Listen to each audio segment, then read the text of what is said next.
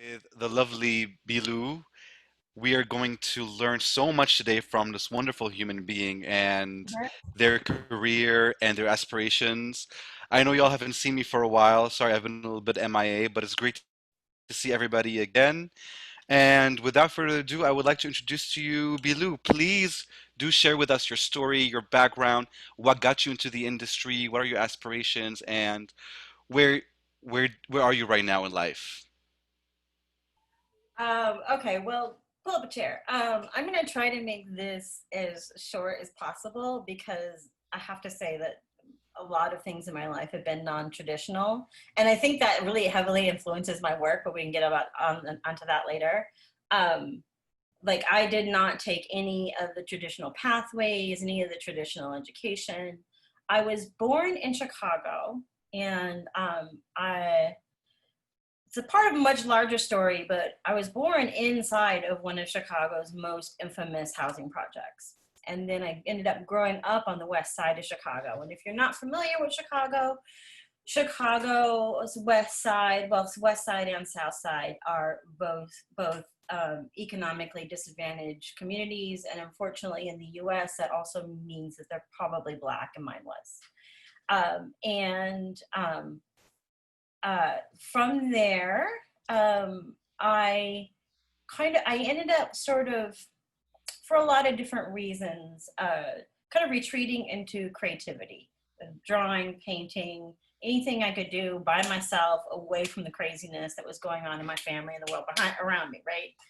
So I ended up going to high school outside of my neighborhood and then ended up going to the Art Institute for painting. That was what my original scholarship was in. But soon realized that I didn't really like that route. And I have to say, a big motivator for me, it's not the main motivator for me, but a very large part of my motivation is money. I really like money. I see what money can do. And I think a lot of artists and creative people um, don't don't are maybe they understand that, but they're told that, especially if you're supposed to be in the fine arts, that money is not important. But tell that to every kid that lived in my neighborhood on the west side of Chicago, that money's not important. So I learned very early that money was important when I was going to fine arts. I did not see a pathway to being able to take care of myself. And in fact, most of what I wanted to do was kind of shut down by the fine art world. So I ended up going into photography. I loved um, the whole department, just hanging out there, what people were interested in. So I ended up switching to photography. But that didn't help me much either with the whole money making situation. So when I got out of school, I ended up kind of going from random job to random job, but I ended up, you'll see why this is complicated, and I'm trying to keep it fast. Uh, I ended up going into doing makeup because it was one of the few industries, as a female presenting person at the time, female person, could get into. Because I'm going to tell you this, I started entering the workforce in the 1990s. So imagine, it's hard to be a female photographer now. Imagine how much worse it was in the 90s. I couldn't get an assistant job. I'm also kind of a smaller person. I'm 5 foot on a good day. So for me, having the opportunities that were afforded a lot of the men around me weren't happening. So I ended up becoming a makeup artist. And while I did that for 10 years in Chicago, in LA, San Francisco, then back to LA, then back to San Francisco, I got to watch a lot. So I ended up learning anyway. No one was giving me internships. No one was teaching me how to be an assistant or letting me be an assistant, paid assistant. So I ended up getting paid to be on set as a makeup artist and a hairstylist. Well, I learned that way. And in fact, I feel like I got a better education because photographers would often let their guard down around me because they figured I was just a makeup artist, right? So I heard all kinds of shit that no one else, that other photographers and assistants were hearing. And to make a very long story short, I taught myself how to do retouching because I was not happy with the retouching that photographers were doing on my portfolio images. Then I had an opportunity to go into Levi's to talk to them about doing some retouching for them. they told me, even though I'd never had a job in retouching, that I was already too advanced for what they needed. It was ecom. But they asked me who did some of the work in my portfolio. And I said, well, I did. And they're like, oh, you have a digital camera? And I was like, yes, this is now 2003, 2004. They said, can you shoot our e-commerce for us? And I was like, what? They're like, how much would you charge for that? What? Like, and I had no idea. I went from wanting a job as a retoucher to them hiring me for a couple of days as a test to then reshooting their entire site. And from there, it steamrolled. I was able to open up 3 studios in San Francisco. I had full staff. And so when we're talking non-traditional, that's about as non-traditional as you could get. Like I won't say that I fell into everything because I already had the photography. I obviously was interested in it. I spent all my money on cameras. I was really interested, but nothing up to that point had told me that this was going to be a viable career. But it took, I'm not saying that I wouldn't eventually end up in that position and in that role and doing that work, but that certainly helped that a group of people looked at my work, saw the potential, which is something that I pride myself in now, looking outside what's on a resume, looking outside someone's experience that they already have and going, look at their work and what can they do, and put them in that position. Maybe give them a test, try them out, but not assume that everyone needs to have a certain kind of education, a certain kind of portfolio, and a certain track in their trajectory to do a certain job. So that set the tone for everything. I did that for about 5 years and then realized that I really needed to take me and my circus to New York. And then when I got to New York, I worked at a studio for a while, learned more about how they did what they did, and then was doing more commercial photography. I was doing commercial photography for a lot of big multinational brands, a lot of things that I did not agree with as far as the way people were consuming these brands. I was setting up studios. That was one of the things that I was good at, was setting up studios for brands. So I would go into Aldo, set up their studios. I would go into Bloomingdale, set up their studios. And I was doing a lot of this kind of work. And one day, I remember one day I was standing down on Broadway and I was standing in a corner and 4 different stores had my work in the window. And I thought, I've made it. Like, this is it. This is what I want to do. But it didn't feel right. It didn't feel right. It didn't, when I looked around at the lack of diversity with the people that I was working with, when the churn and burn, when you're talking like Macy's running 18 sets a day, or 18 sets of photography every day, each of those sets shooting 40 to 60 SKUs, you start to really think about how things are being consumed. And just, I couldn't do it anymore. I could not. I still love the industry. I love fashion, obviously. But what I knew a lot of things were wrong about what I was doing. So I'm like, you know what? I'm going to start my own agency. And that's where the Ones comes in. And so the Ones is I'm going to read this from a paper because I always fuck this up. The One's a multidisciplinary marketing agency dedicated to supporting independent fashion and beauty brands. Now, if that wasn't niche enough, we also have a particular focus on brands that promote sustainability and diversity and fair labor. So I'm like a subset of a subset. I work with independent brands and ones that have some semblance of ethics. So the money is, do what I say it is. I'm not making as much money as I used to. And in fact, I'm really good. I am really good at making money. I'm not really good at keeping it because as a small business person, I get any amount of money. The first thing I didn't think was, oh, I'm going to go on vacations. Oh, I'm going to have nice healthcare. I'm going to get another camera. I'm going to hire more people. I'm going to educate. I'm going to take time off and educate myself in skills that I can then pass on to my independent brands and designers. And the one thing, there's one other thing that I kind of left out in the inspiration to do this was that when you're, and I think a lot of people who are already in these situations can attest to this, when you're in an agency or brand, you do the job, the one job they tell you to do. And for a person like me, that's not going to fly. I can't sit and do the same thing every day. It's not going to happen. I get angry. I have self-destructive behavior, sleeping in, gossiping, just being like a really unfortunate human. If I have to sit and do the one task that multinational or corporate brands or agencies make me do every day. And so my incessant need to learn, to my curiosity for anything creative. I mean, I don't care what you're doing. If you're like making a pottery, I want to get in there and try it. If you're like building watches, I want to get in there and try it. If I see somebody do it, I'm going to try it at least once. But the advantage to my independent brands is they can't go out and hire a traditional agency where they've got 10 people doing each thing.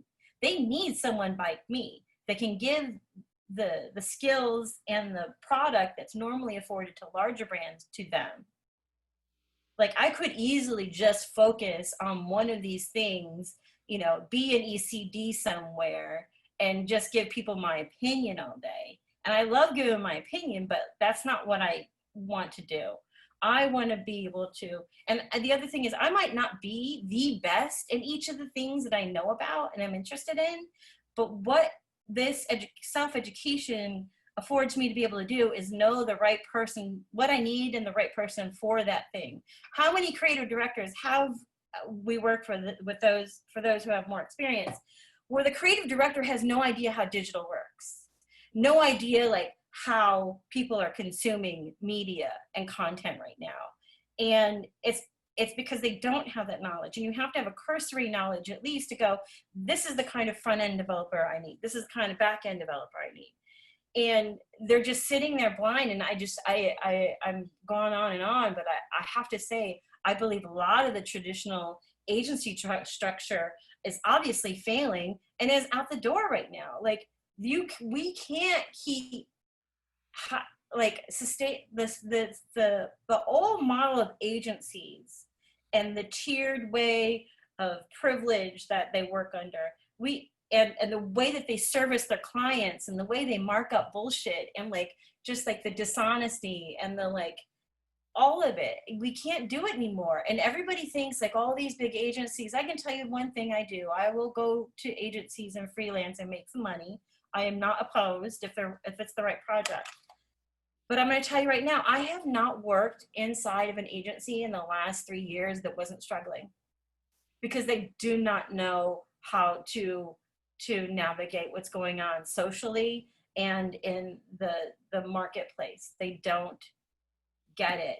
And I try to have these conversations with them that they need to give people on their staff more agency, that they need to be open and listen to more people. I work for one agency, a very well-known agency. I won't say which one. I'm not going to call them out because it's not that big a deal. One agency for 5 years in New York, working on a lot of major brands, and usually stuck me on fragrance because I'm a woman and that's what they do. Anyway, I worked for this brand for 5 years, never met the creative director, but got 20 emails from him every day. Never officially met him, but he would pass me in the hallway. The person who is paying me, signing my check, would not talk to a mid-level art director. And I don't see how you can do that. That kind of the way the agencies work on aspiration models. In general, aspiration models within agencies, aspiration models within brands, aspiration models even in social media. This shit ain't working no more. Because people don't want to be sold to that way. And people don't want to work in places that way. And all these agencies are kind of my way or the highway, or I'll put you on a blacklist, or you got to work for me, kiddo. It's what is this, the 30s? You don't have a monopoly anymore. Small agencies and people like me can come in, and with the technology I have on my fucking desk, can take over all your work. Don't think that you can sit back and just keep operating the way that you're used to operating without any kind of further education, without any kind of updating of your software, and think that people are going to want to come work with you. That's it. Wow. That's all I got. Wow, that that is actually like what we all needed to hear, honestly. I'm so glad.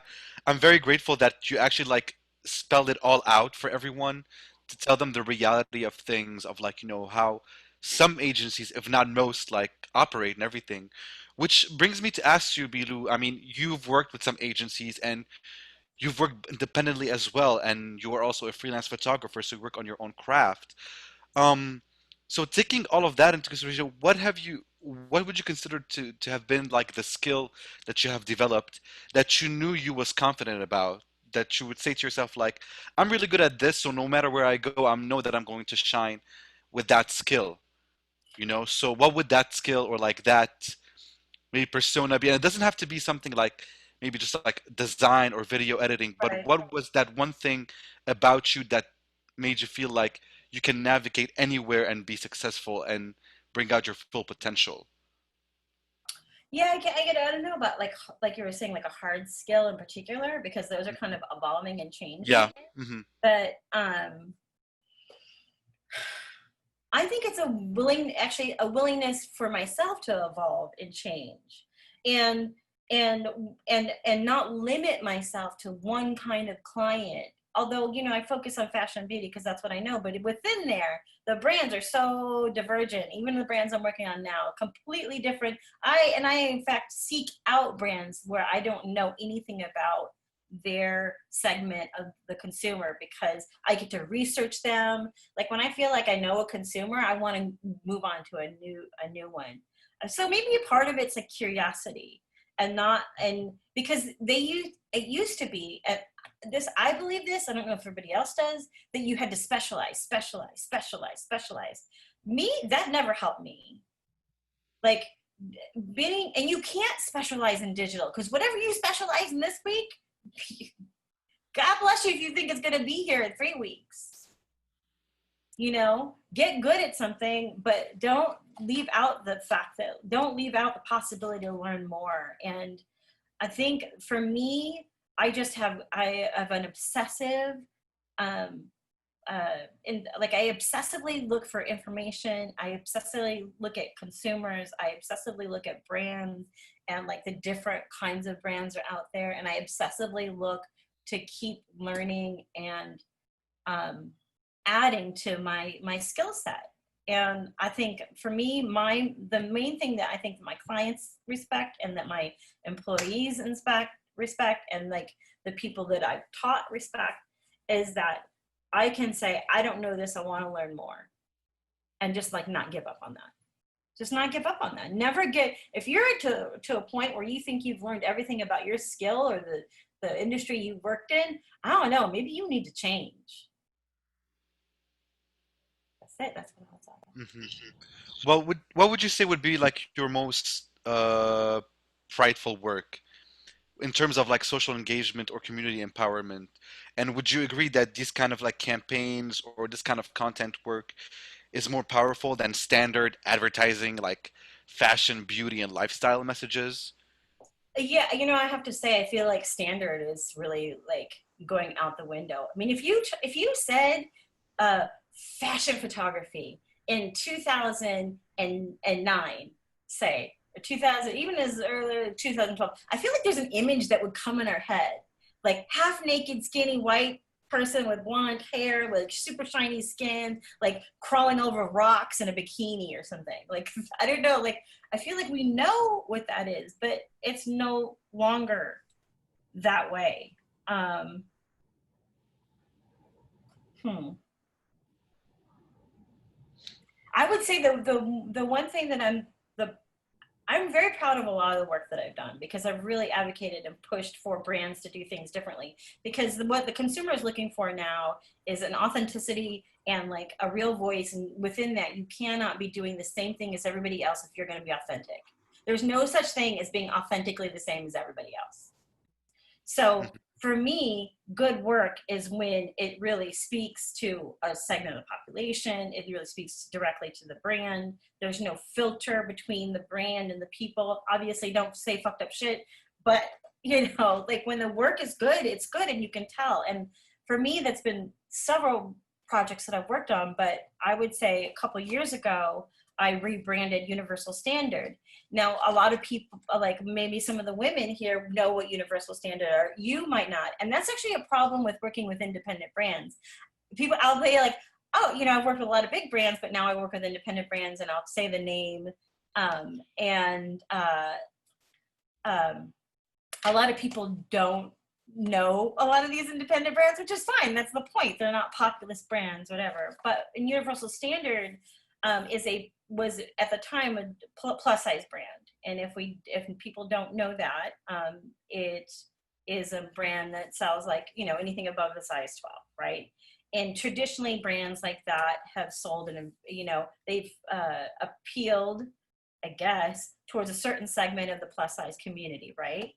Um, and uh, I came in and I was like, why can't the plus size consumer see work that looks like the other brands? Why do we have to be regulated to like this really safe? You either get one of two things. They're either over sexualized or they're turned into like a grandma, right? And for people out here who know what the plus size marketing looks like, that like it's a very narrow view of that, and it's a very narrow view of women, a very narrow view of what plus size women are, a very narrow view. There's all these like narrowness. So I came in and I was just, I helped them diversify their casting, the styling, bring their marketing up to date, and it caught on. And I had a lot of pushback, and it was kind of traumatizing because one of the problems with smaller brands is they don't have a lot of resources, right? So I'm continually talking small brands into doing really risky stuff, and also being an educator, because these people more often than not have never built a website before. So I have to teach them how the digital works, and I have to teach them what a marketing buy is, or an ad buy is, and I have to teach them all this stuff. Luckily, obviously, I like talking and teaching. And so I would say that the universal, and recently I redid for all of the male identifying folks here. If you know Paul Stewart, I just redid them. I redid the site, I redid all the photography, and that I was proud of because I had never worked just in menswear, and it is so interesting. Like it was just incredibly interesting, and to go from like not knowing anything about how a suit was supposed to fit, or like what men were looking for, to really doing something I was proud of in a pretty short period of time. Like it was like 6 months it took to really get the new branding off the ground, and to re-platform the site and stuff. And we did it, and like I was really proud of my team, and I built a studio for them, and it worked great, and it's proud of it. Okay, interesting. Well, I just shared your website with everyone, if you don't mind, so they Oh, can not at all. check Here, out also, your wait, work. I just noticed that. Let me send the ones too. So here's what I do. This is Do you what, want to share your screen? there we go. Okay, okay, there we go. Okay, you got it. All right, perfect. So that way everyone can check it out. Well, you did mention something about, like, or also like setting up the norms, like for specific niche communities. And this is something that actually, that I think it triggered a question for me. There are a lot of niche markets, and big agencies care about money, and they want to sell, and they want to take those to their advantage. Now, there's a lot of niche markets in terms of like race demographics, in terms of like look demographics, whether you're plus size or skinny size or like average size, and for people who look in a certain way, who are from a certain cultural background. Mm. And can we agree that like the decision makers or the gatekeepers are always like definitely like white dominated for sure, but how can we reach out to those niche markets and without the factor of like the agencies are getting their hands on them? Like it seems like there's a battle here because they have the power, and you have your own agency, so you're the creative director of your own agency, and you've been a go-getter by yourself, and inspiring people and being a leader and not following the norms. So what is the challenge here? Like how is this challenging for us to like reach those markets and make revenue out of it without having the big companies with all their power, step in like, oh, we want to penetrate the plus size market. Here's all the money. Let's take them away. And then they take away the target from you. Well, I have to say, I don't know, give it 6 months, we'll see which ones are left. I'm not, I mean, I don't mean to be mean, but like, because a lot of like the money that they have is just for show and they invest in dumb things, there's so much waste. That's the other thing. Like, I know how to be agile and kind of scrappy, as it were, for my independent brands. There's so much waste on these agencies, so much time is wasted, all these like decks that go on for ever, just regurgitating stats that don't even make any sense, and like dumb stuff like there's so much waste so that they can net billable hours and add team members they can bill for and all of this stuff. I think what's going to happen is these big monolith agencies are going to start breaking down, Hmm. because they can't stay this way. And not everyone is going to be like me and want to run an agency. It's nice to have people who are very good at what they do, like illustrators, whatever. For those people, I would highly encourage you to go to LinkedIn and because this ostensibly is about a diverse workforce, look at who works there.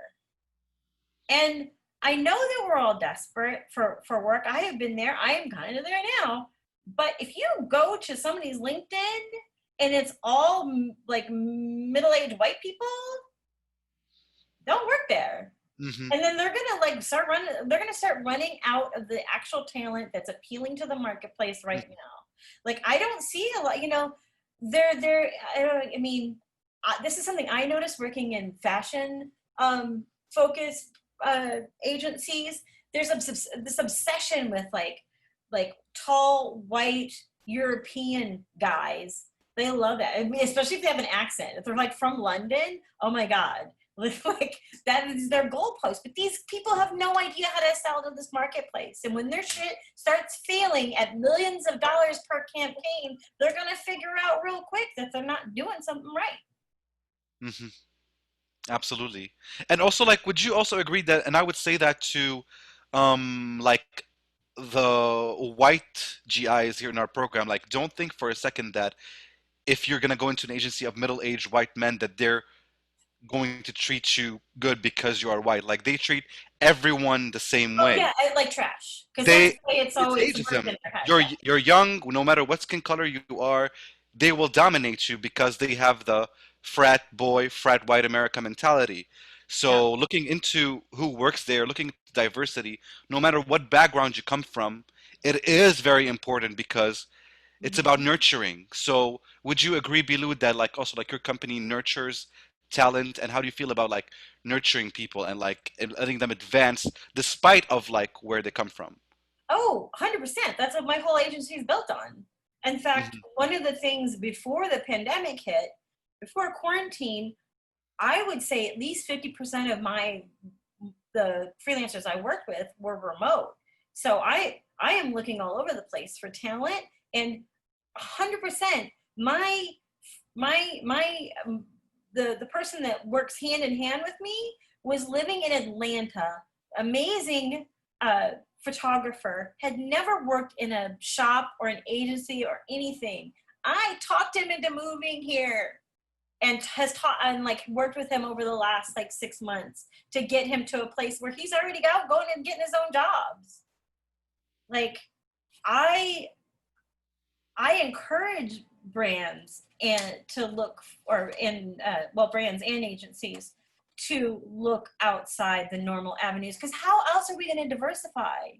Like Hmm. how else, if I have to hear one more brand or agency say like, well, we would diversify, but that's not who's applying. I'm like, well, do you ever tell them that it's okay to come and like apply?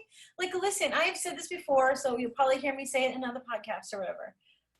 But if I was a black person and I went to LinkedIn and everybody on their LinkedIn was white, I don't want to work there because I don't want to have to explain my hair. I don't want to have to talk about like teach them how to work with black people. Like because the way I grew up and I've been I'm not gonna focus it on me, but I've had like this weird realization that's happened over the last 3 months. Just in isolation, and obviously in the last month, where I realized that there's a lot of white people who don't have black friends, don't know how to work with black people, don't know how to invite them in, don't know how to put them at the table. They don't want to put each other at the table. You think they want to put somebody they've never hung out with at a table? Like, I came from a background where I don't, like, obviously I'm not black, but I grew up in a black culture. But I didn't experience the racism firsthand, but I had no idea how bad a lot of white people were. I honestly didn't. And over the last month, I've realized, like, I've tried to think more and more, because I don't think, when I think about this issue of diversifying and D&I and whatever, I don't think uh about, like, I don't really think about what the agencies are going to do. They, you know what, figure it out. If you can like, figure out Hulu, you can figure out how to find black people. Like, just go and do your thing. What I think about is, if I'm a black person, what would I look for? How would I want to be treated? And I don't feel like people are asking that question. It's like sitting there as an agency or a brand going, if I were black and I am not black, what would I look for? Like, because honestly, if I was black and I looked at these agencies, it would scare the crap out of me. I wouldn't go anywhere near them. Hmm. Like, I don't, Yeah. like, they're not doing it. So then that gets me, like, what should they be doing?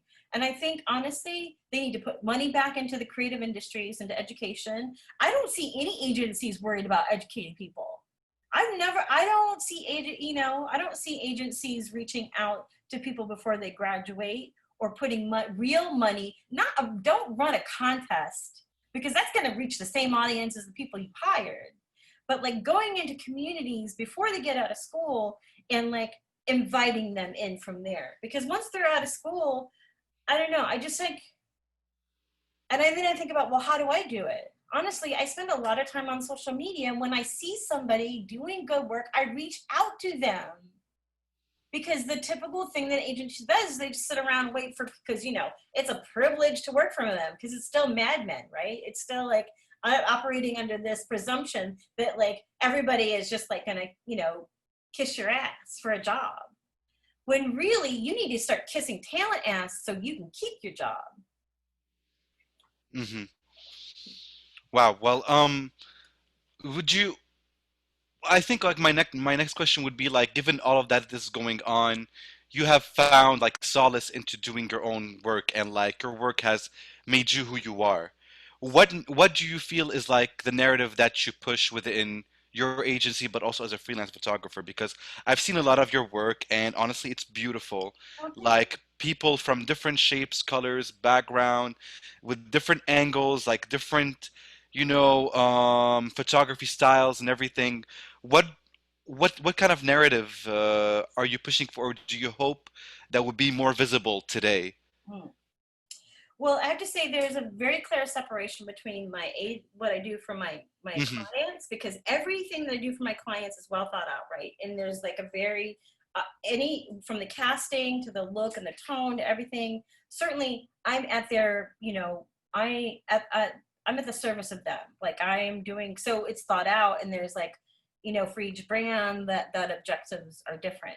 From my own work, and actually, because you did give me this question before, I thought about that. And I have to say, in all honesty, the work that you see on, like, my photography site, that's all self-initiated. Some of it's editorials that have been published somewhere, content somewhere, but most of those people are just my friends. Like, the agenda I push is, like, I see someone that inspires me and then I shoot them. So there's nothing organized about it. And I thought, and I was like, wow. And you were actually that question actually made me think. It was the first time I thought, oh, I bet people look at my work and think that, like, I have, like, an angle. And actually, I know I'm gonna take that back, because I thought, I've been shooting these remote portraits, and they were kind of shot before, all the protests and a lot of the things that have come up in the last, it was shot before. And I started kind of posting them while things were going on. It felt a little weird, but, like, it's kind of navigating, like, should we be, like, posting, should we not? And then I had to think about it. I was like, oh, wait, everybody I shot right before all of this was Black. Are they going to think that's like a thing? Like, and now I look at my work and I'm like, oh, I wonder if people think that this is like something that's very organized and purposeful. When in fact, it's just the people that I'm inspired by. And I would say 80% of the people um, on my personal site are just my friends.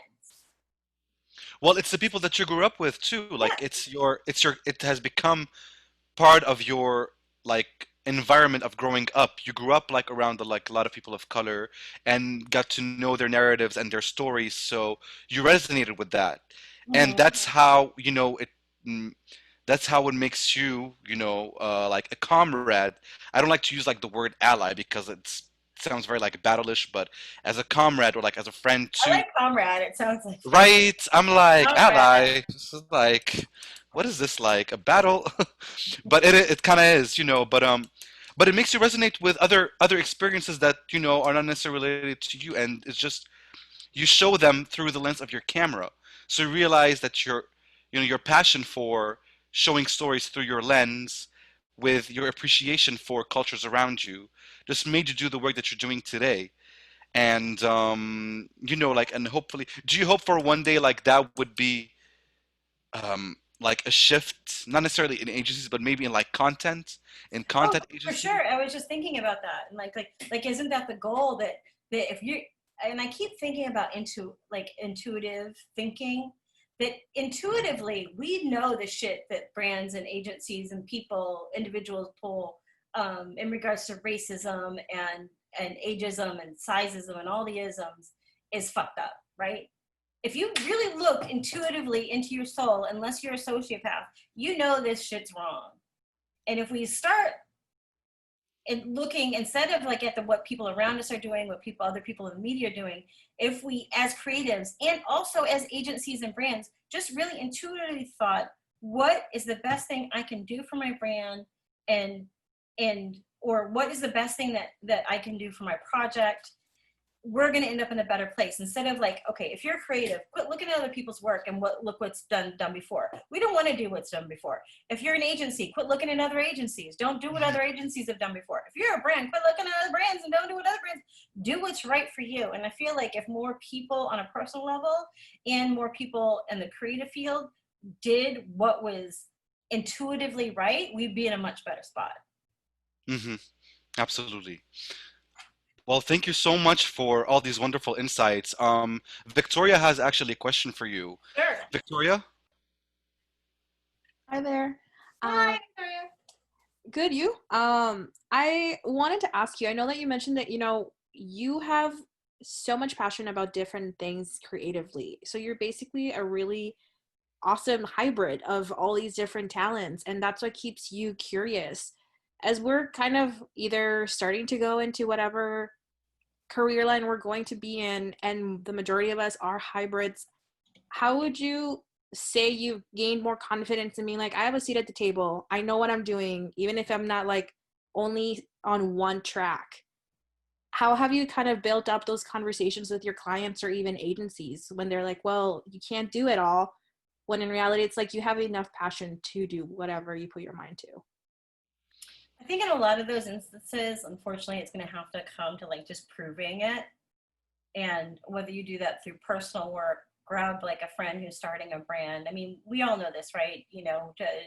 But you're also asking somebody who went into this whole thing very not traditionally. I never started out from design school. I never had it. I didn't actually have a design portfolio, even though I was working in design till like 2 years, 3 years ago.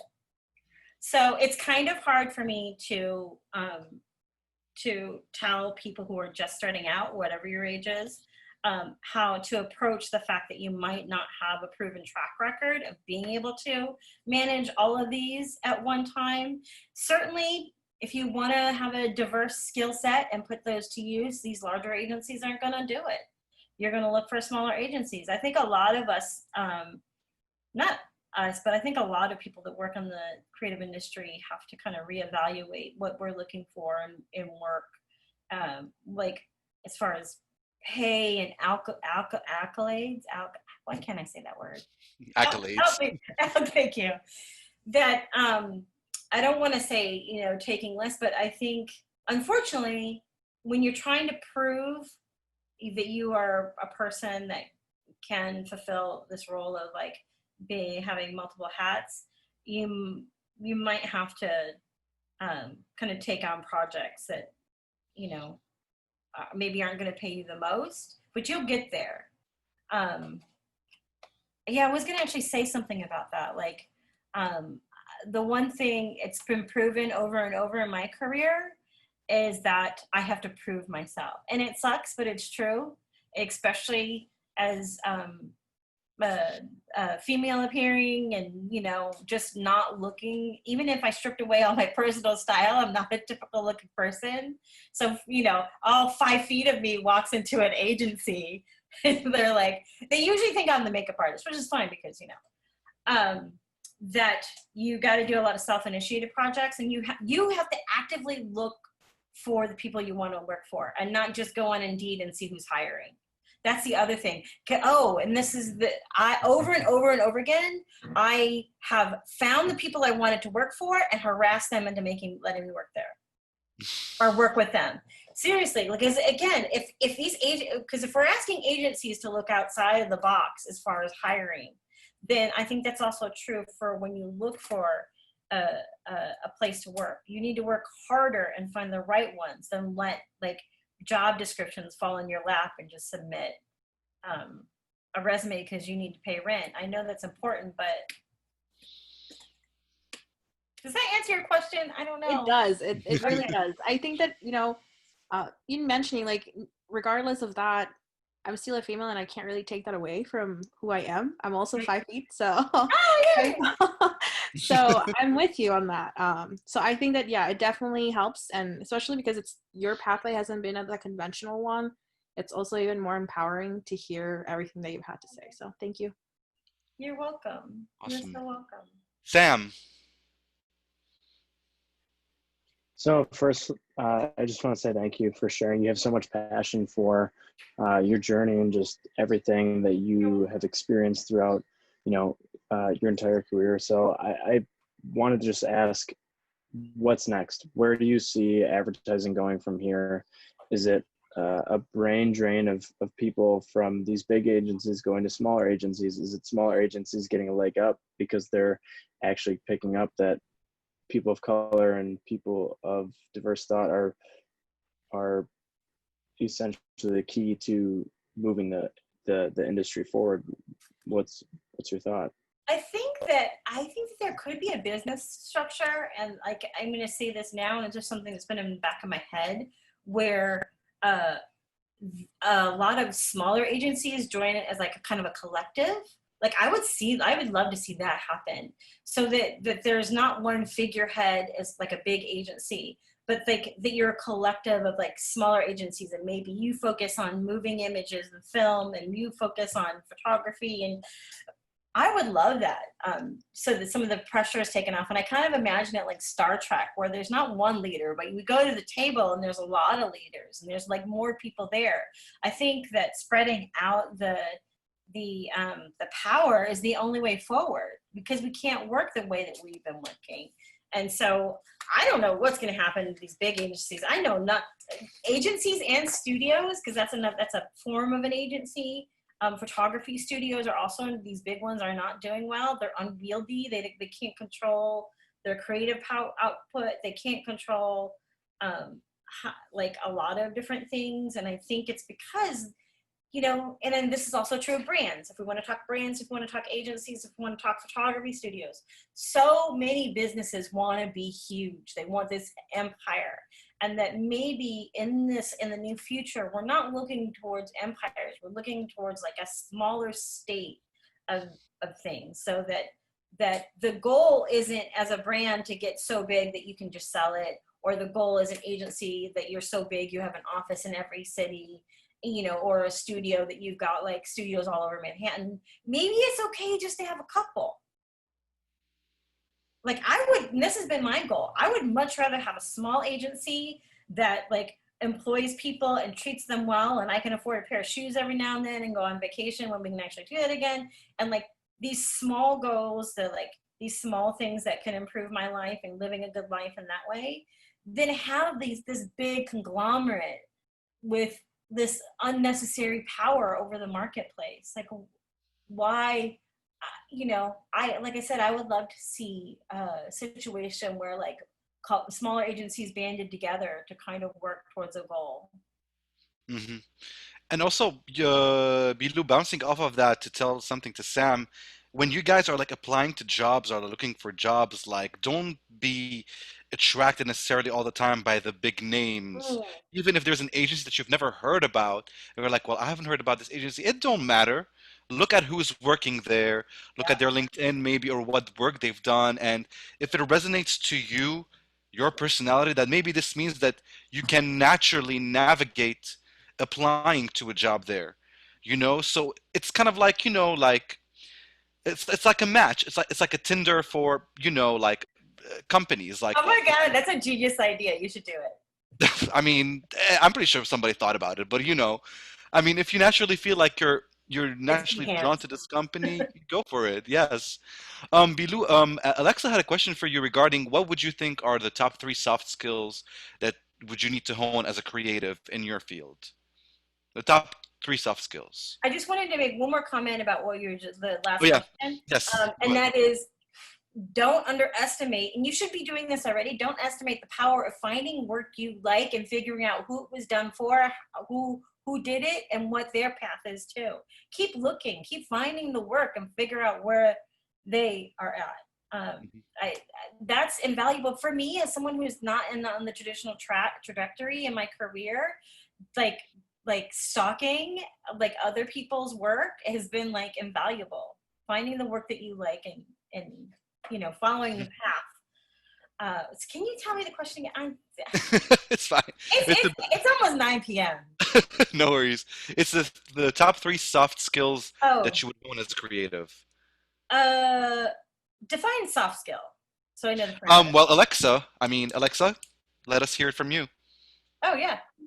So what I meant by that is like when you were talking about big corporations. Also, hi, my name is Lexa.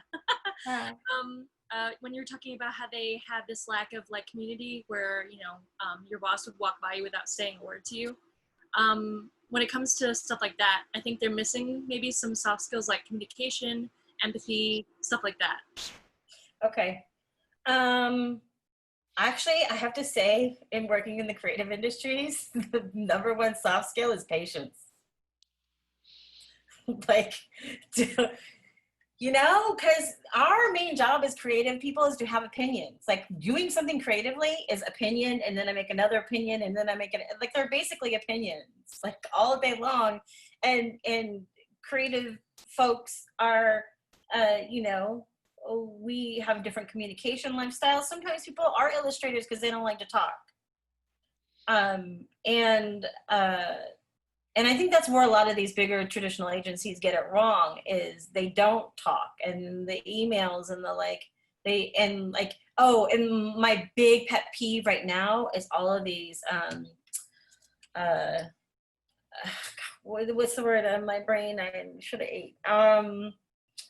Productivity trackers, Trello and all the bullshit. It's like basically that they're trying to replace actual management skills with all this stuff. Do you know, I've done every major project, and there've been pretty big projects over the last 3 years without using anything like that. No checklist, no like everybody like on their like own, and like, why don't you just ask them if they did it? Why don't you just communicate with each other? And I feel like communication skills are just like so vital, and right now severely lacking. Although I think actually communication skills are getting better because you have to communicate more when you're working remotely. Yeah, communication plan. So you asked for 3, right? So patience and that communication style, curiosity. And if you don't feel curious, like if you're kind of burnt out, because I've gone through those stages, figure out what's going to work for you and get to a place where you are curious again. Whether that's taking a couple of weeks off, maybe it's going to be getting off social media for a month. whatever you can do to get back into a state of being curious is a lifesaver, because once it becomes once you're just kind of dialing it in, the work is not going to be good. And I can tell, you can tell when work is dialed in, when it starts looking like everybody else's. Just copy Everlane. Like, I heard that for 2 years, like, no, don't do that. And then 3, you want another one? Let's see. Giving. You should be giving. If you've got snacks, you got to share them. That's all. If you bring snacks into the studio, into the office, you got to share them. That is hilarious. Oh, Ali is asking. Sorry, that was just funny that like you were like, "Do you want another one? How many do you want?" Ali is asking, how do we present ourselves more as generalists, even though like specializations are expected, But like you said, you're like a multi-versed creative or media professional. Yeah. So how does one present themselves as like a generalist, but without seeming like all over the place or like I'm not specialized in something? Well, don't quote me on this again, because I feel like I can inform and kind of share my experience to a certain point, but I feel like I know the question you want, and I feel like this is the kind of question on a lot of people's minds here in this meeting, is that starting out, how do you do this? And honestly, I think it's going to be through the work.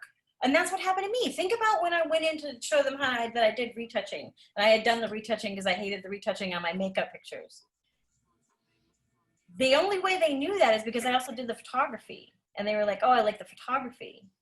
Like, the only way you're going to be able to do this is to do the work that you want to do. And however you need to make that happen before you can actually start getting hired, if you can prove to them that you can do it. And honestly, more and more, I wish freelance and 1099 people who hired, we figured out the way to compensate people correctly as far as benefits. But I am a big proponent, and what's worked for me really well is to tell people, give me a project. You don't have to hire me now. Put me on a 3-month contract. I'll show you what I can do. Like, you don't think I can do this? Let me try. And then that leads to spec work, right? Because it's very like anti-spec, don't whatever. You can do work specifically geared toward a brand or an agency that you really want to work for. Don't be afraid to ask for an NDA to get signed, and then show them the work and be like, I did this. The only way they're going to know for sure is the work. Mm-hmm. The work will always speak volume instead of like how you present yourself. Yeah, right here. Mm-hmm. Maya, you had a question? Hold on. Yes.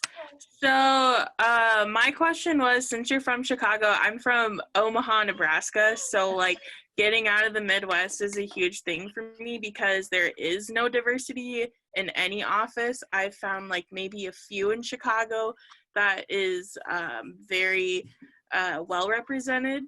But how do you kind of make that switch to going to like the coast? Well, everything's sort of up in the air now, and I mean, I don't know how you're finding work right now, but can I ask, what kind of work do you like to do? What are your meetings?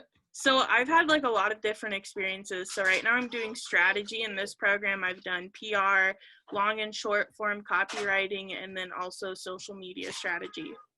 Okay. A lot of that can be done remotely, right? So send me your contact information, because I'm always looking for, and this is true for everybody. Send me your contact information. I am looking for remote people. I am looking for local people. I'm just looking for people.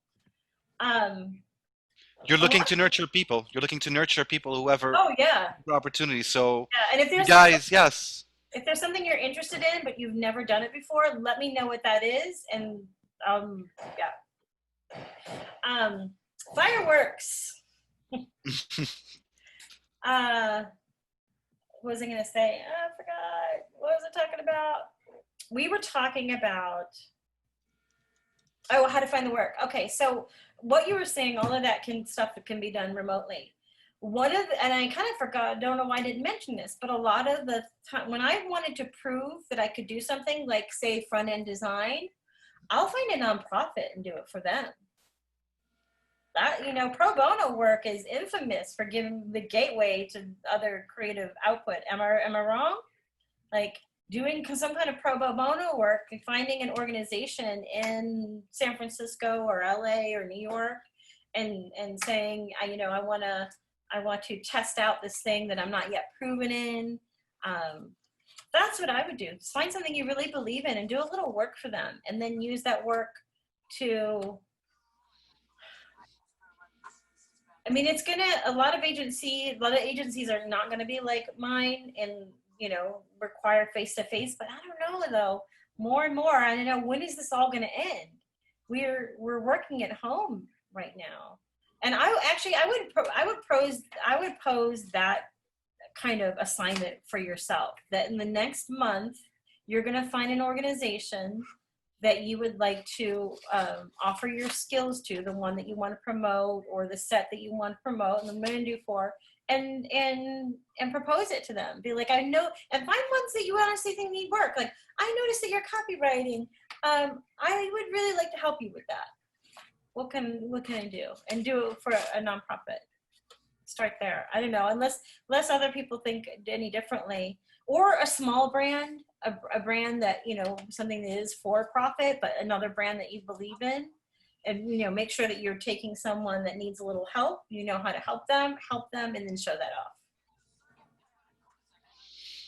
I think that's also a great advice, and also maybe they can look at maybe financially how this organization or how this brand is doing for a potential like stipend that can come out of that, so it doesn't go for free work, because Right. everybody needs to make money, and Right. people can't be evil enough. Don't work with someone who's evil, who'll be like, oh, you'll do this for free, that's great, and then they will harass you on the work. So Oh, God. just Yeah, this I is true.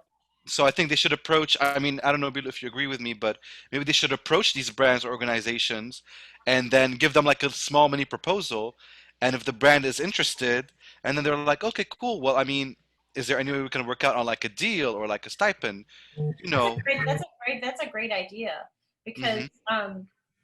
and I have found most of the brands that I have gotten good work through are brands where I made the proposal. Like, a lot of them don't even know what's wrong with their brand. They Hmm. don't know that they need what you have to offer. Especially if you're looking at smaller brands and not like big brands or big agencies. A lot of them don't know they need your skills. And so coming to them and going, this is what you're lacking. This is what I can provide. And if you can, give them a budget right off I did this for some still life photography, but that is so dialed in for me that I was able to tell them right up front what that would be. It makes the decision for the brand or the agency so much easier. Like, they don't have to figure out where to put you or what to pay you. You just say, this is what I want to do and this is what I want to get paid. Hmm. Absolutely.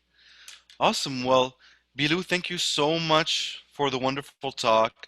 I do have to be sensitive regards to time because it's 9 p.m. and maybe you have plans after tonight or anything, but all the GIs have to break out into their own groups to carry on the work. But I really Yep, wanted to say thank you so much for the realness, you're for the welcome. truthfulness of your talk, and I really appreciate the fact that you know you gave them a really fresh take on like how to navigate the industry in a non-traditional format.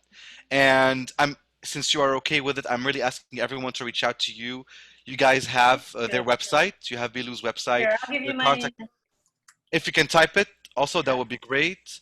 Everyone, I will definitely want to say like reach out to Bilou if you want to carry on the conversation, taking Please into do. consideration their work. Like look at their work, look at what they've done for their brands, see how you can carry on the conversation, and what can develop out of that. Because everything starts off with a conversation, with a collaboration. See how your vision can align with theirs. And maybe how they can help you into navigating the industry, or what kind of freelance jobs or freelance projects you might work on later on. So I really encourage everyone to do so. And actually, I'm gonna make one last point, and then I'm gonna get out of here. My Hmm. cat's very needy right now. Um, uh, Oh, what was I going to say based on what you were just saying? Oh, that instead of looking for brands and projects that are looking for a specific skill, looking more towards their vision and like what, like basically anybody can, there's a lot of skills that everybody can learn. I'm a big believer that people can learn like that it's easier to learn a skill than align yourself with a vision that doesn't work for you. Mm, good. All right, cool. Well, Blioux, thank you so much. This is exactly what I expected personally. I had some conversations with some of the fellows on Monday. I was like, are these speakers too real for y'all? Because all the speakers are super raw, and they've been since the first one we did. Actually, today's our 1 month anniversary growth initiative. Ooh, 1 month. We started on June 1st and now it's July 1st. That went by super fast. But yeah, I definitely had a conversation with a couple of heads like, hey, are these speakers a little too raw for you? Or are they just right? Because personally, I love all the Sunnyside Chat speakers. They're all friends of mine. But I always, when having these conversations, I told them that I don't want to have anyone speak to you that's going to have white gloves on and tell you that we sip rosé and eat candy canes all day and everybody's rich. That's just not how it works. So hopefully you all are enjoying these chats. I told you all the speakers are just going to keep coming harder and harder the more we get through the program. There's some more coming up next week. But yeah, Blioux, I cannot thank you enough. Blue's like my neighbor, by the way. She lives like 20 blocks down. I walked all the way down to St. Nicholas Park today. That was nice. Walk back. It was good. Nice. So Awesome. yeah, so we definitely appreciate you here. Good night, everybody. Thank you Good night, everyone. so much. I can say, wait, what's happening? I kind of wanted to read some messages. Can I still do that? You don't want to read these messages. No. Wait, what messages? They're up in here clowning. What messages? Read us one message. In the chat. I just want to read the chat for a second. Okay, you can read the chat. Okay. You do what you can do. Okay. So guys, so today is Wednesday. Of course, it's Wednesday. So you all know what's coming up next week. Tomorrow, you all have your training with Plowshare. I know most of you can go. I know some of you can't, and that's okay. I'll record it and try to definitely put it up as soon as possible. So those of you that can't make it can see it. However, if there's a way that you can make it, please go, because these are people donating their time to us, but not only their time, but they're also donating that media block that they're giving us for the clients that all of you all are working on. So like it's important for us to kind of show up for this training to understand how we're going to make this work for all 4 of your clients that all of you all are working on. So yeah, tomorrow is Plowshare. Next week, you have your client meetings and Facebook from Tuesday through Friday. Next week, you have your trainings with Facebook. So like, you know, it's going to be, I'm a busy next couple weeks. Tonight, yes, you're going to continue meeting with Carlos, Ravi, Devon. I've also invited Brother David to just kind of be a fly on the wall. I'm going to have him rotate amongst rooms since Brother David has lots of hours, days, years on the job as being a super dope creative. So I just want him to play a fly on the wall, and then him and I are just going to talk to make sure that you all are kind of, you know, on track to what you're doing and where you're going, because, you know, these client meetings are definitely coming up next week. You know, we want this to be dope. We want it to be realistic, that you all can actually make something. So on that note, I'll do what I do at this point, call names and throw you up in the rooms. I will not know your group as usual because I suck at this. So some of y'all groups I do know. A. Marshall, Live Light, Live Right. Yes, sir. Yeah. Alex Oates, I'm not gonna guess. I'm gonna forget. City Living. City Living. All right. Alexa Alexa F, raise, right? Alexa. Okay, I'll come. Yeah, she's a raise. Raise, right? Yeah, I got that one right. Alexis. Yes. Which team? Why you always got city living wrong? I always get it. So you're in city living. That's Yeah. right. Yeah. All right. Anthony Martinez, live light, live right, right? Yep. No? Yep, I got that one right. Devon, don't shake your head because we're going to talk about your shirt later. Blaine. Raise. Yeah. Okay. He's a raise. Thank you. And I'm super upset that none of you all noticed Jad's haircut or my haircut. So You know what's crazy? No, I told noticed. Jad None of about y'all his noticed haircut and me. he didn't even We get back did to noticed me, that shit. Like, I definitely noticed. y'all don't love us. Y'all I do was like, not my love boy us. finally got a thing in the cut. comments. Hey, Kenny. Yeah. Hey, Kenny. You know Wait, what? Wow. No one mentioned our haircuts, Jad. Like no one No said. one. Look at the top of the chat. No I one definitely mentioned said your this. haircut or my haircut. I did get a haircut. I Yes. definitely said this. I know. I Jack, did not Jack see got that that. blowout. No one Jack got noticed that our old school haircuts. blowout, man. I look like. I'm not sure if I look like a Guido or a regular Redbone. So I'm a little bit confused. I'm like going between like I'm not sure if I look like Pauly D or like Drake's cousin. I love I'm not sure. Pauly D. Bree. I like Pauly D. You kidding me? You look like my Puerto Rican cousin right now, man. No, I Pauly gotta D. send some people to a Child. room. Bree, connect or No, city living. city living. Yep. Okay. Thanks. Brian Rays. I know that for a fact. Brian L. Yep. Right. Yep. Rays. Cool. Oh shit. All right. Cameron. I'm not gonna guess. Raise. Gotcha. All right. Carlos, which group do you want to visit first? Brother Carlos. I can start with anyone. Just put me somewhere. And, Okay. I Cool. want to talk to City Living, and we're gonna talk later. Oh, okay. I some put you in Live Light, Live Right. All right.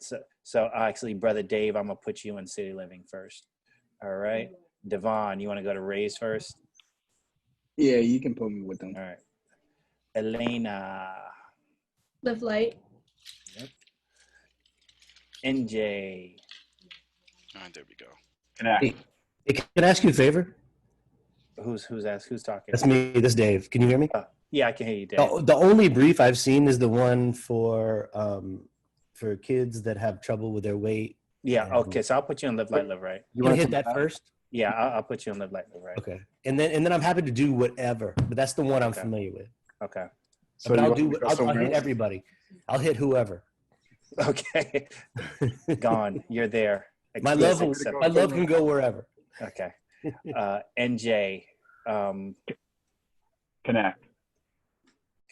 All right. Ashanti. LLLR. Yep. Jamshed. City Living. Joe. Connect, right? Right, Joe? I don't know. Joe's not saying anything. So I'll come back because I don't want to be wrong. Yeah, that's me. Then you gotta answer, Joe. Judy. Live light, live right. All right. Julia. Connect. All right. Katie. I didn't say hi to Katie today, but hi, Katie. All right. Kenneth Rays, right? Yeah. All right. Kristen.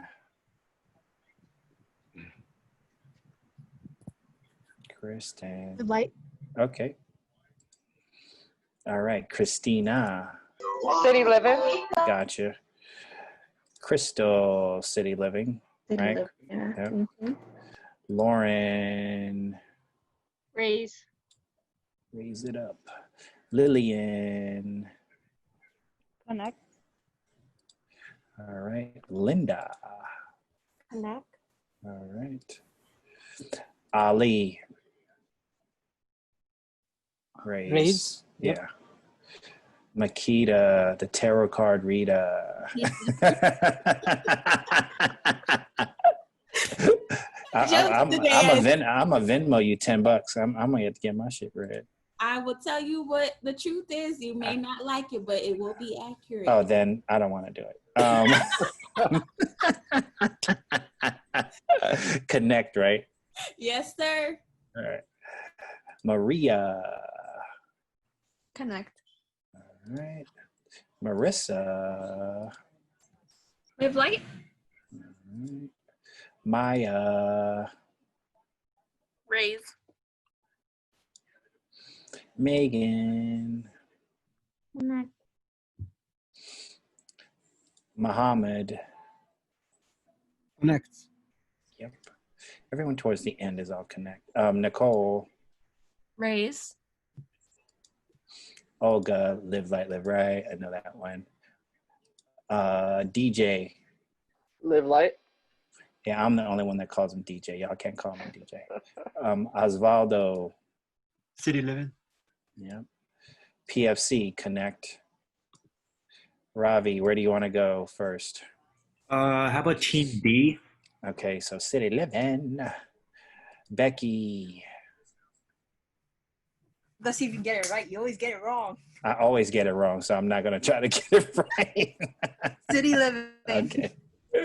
All right. Rich Nation is raised. Rich Nation, do you see my shirt today? Rich Nation, are you even on? I can't see your face. I wore this shirt. I wore this shirt for you, bro. Wait, is that a Mamba shirt? Yeah, it's a Mamba. It's a Mamba shirt. Purple. I knew it because of the purple. Yeah. Yeah. I wore this shirt for you today, bro. I appreciate it, man. No problem. Always. I got it for Father's Day. I was like, yes. I was like, y'all know me well. Y'all know me well. I was like, this is better than socks. Sam. Connect. City living. Oh, wait. With Guy Sam. Sam. Connect. Okay. Okay. Guy Sam, connect. And girl Sam, city living. Andrew. Live light. Live light, right? Yeah. I'm just trying to. Andrew, live light. Gabriella, somehow I skipped you. I'm sorry. Live light. Okay. Sergita, 4 times saying it right. I'm on a roll. Someone. Good job. I'm on live light. Live light. And I almost knew that too. Sydney, you just gotta forgive me. I don't know. City living. City living. And I definitely noticed the haircut, the fresh cuts. In my past life, I'm a barber, so I definitely noticed this. Oh, shucks. All right. Sydney's going to have us with the cuts. And I see Usra got her background game back up. I think that's her best one so far, guys. I don't know what y'all think. Usra's background game is so, thorough. You need to, I don't know how you put them on Zoom, but you need to send me all because I'm jacking your style. Because, she looks this looks like she's in a church. It's crazy. All right, I'm gonna stop sweating. Usra's background. Keep going. Tia. Live light.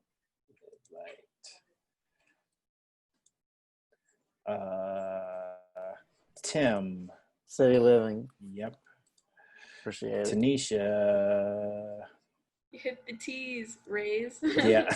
Hey, my last name starts with T. I'm always at the end. Raise. Usra with her crazy, amazing backgrounds. City living. All right. Vanessa, live light, live right. Right, Vanessa? Yes. Yep. Victoria, I don't know. Connect. I had it on connect, believe it or not. All right, Yoon Lee, we're almost there. Raise. And my brother nephew Zach, raise. I know that for a fact.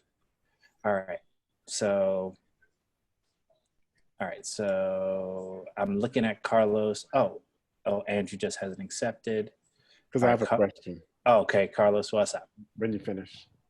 No, I'm done. It's just me, you, and Dave. So Andrew hasn't accepted yet. Did you send me for Connect? Oh, I put you to the wrong room. Here you go. Okay, you're good. So Dave is going to. Can I go to Live Right? Yeah, I mind? thought I had you in there. You didn't It accept didn't. it. It didn't put me to it. Hmm. If you don't mind, just Yeah, because I got two kids in there. If you don't mind, and I know the breed. Yeah. I have to put you in another room first, but I'm gonna put you back. Oh, no worries. I'll hit as many rooms as you need me to hit. Okay. I'm here with it. Okay, right? so you should get a thing on your screen saying join. Live light, live right. Just I hit did that. earlier. I think maybe because I had declined the other one. Yeah, you just gotta hit join. I think it's waiting for you to join too, Carlos. But I know you have a question first. I don't. Dave can't figure out the Zoom. I'm so sorry. No, I ain't getting. No, I declined. What happened is I think it's because I declined the other one, maybe. Oh, okay. So let me try again. I'm gonna put you in a different room. Accept it. All right, and then I'm gonna put you back. I promise. I promise. I will know. Okay, so accept it now. Check your screen. Check your screen.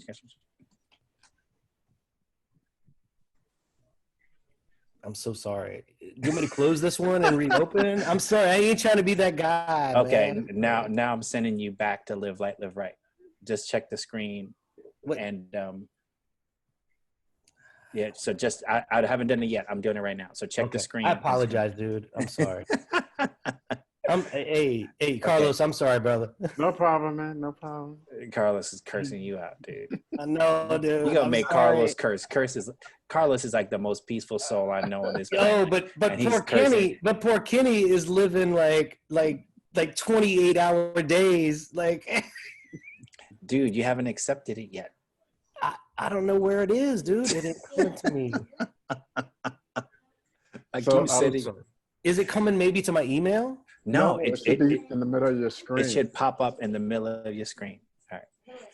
And your Zoom. Right. Should I close out? No, you shouldn't have to close out. All right. So I just put you in City. I just put you in City Living New York. So you should have got a message, but you haven't accepted it yet because we're still in the main room. I'm going to change to a different view. No. Or just log out, come back in. Because when you come back in, you'll be back to this screen. And then, that's what I'll do. Yeah. So I apologize, we'll be here. I do apologize. It's fine.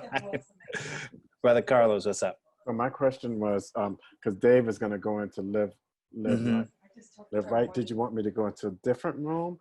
No. He's just literally playing a fly on the wall. I just want him to get his take on where they're going with stuff, but he's not going to give any input. Okay. And also I want to say, so it's 30 minutes here, and then we move to another room because I've been staying in the same room longer. I want to check out other people as well. Yeah. Okay. Thank you. Nah, no problem. So where do you want me to send you? I gotta live right. Okay. So you just had to hit join. Or are you having the same problem Dave is having? Oh, okay. So he went. All right, Dave. So I'm gonna send you to live. That was just my dumb ass. I got nothing. All right. So I'm gonna try right now again to send you to live light. I'm really sorry, dude. No, it's fine. It's fine. This is probably the first time you've gone through a breakout room, right? Like doing this. I've never done this. It's okay. It's okay, dude. I just learned how to do this shit 2 weeks ago. I will go into as many rooms as you need me to go into tonight, as long as I can get into them. Okay, so here we go. I'm gonna join it. LLR. Right, join. Yeah, LL. Yeah, live light, live right. Yeah. So join.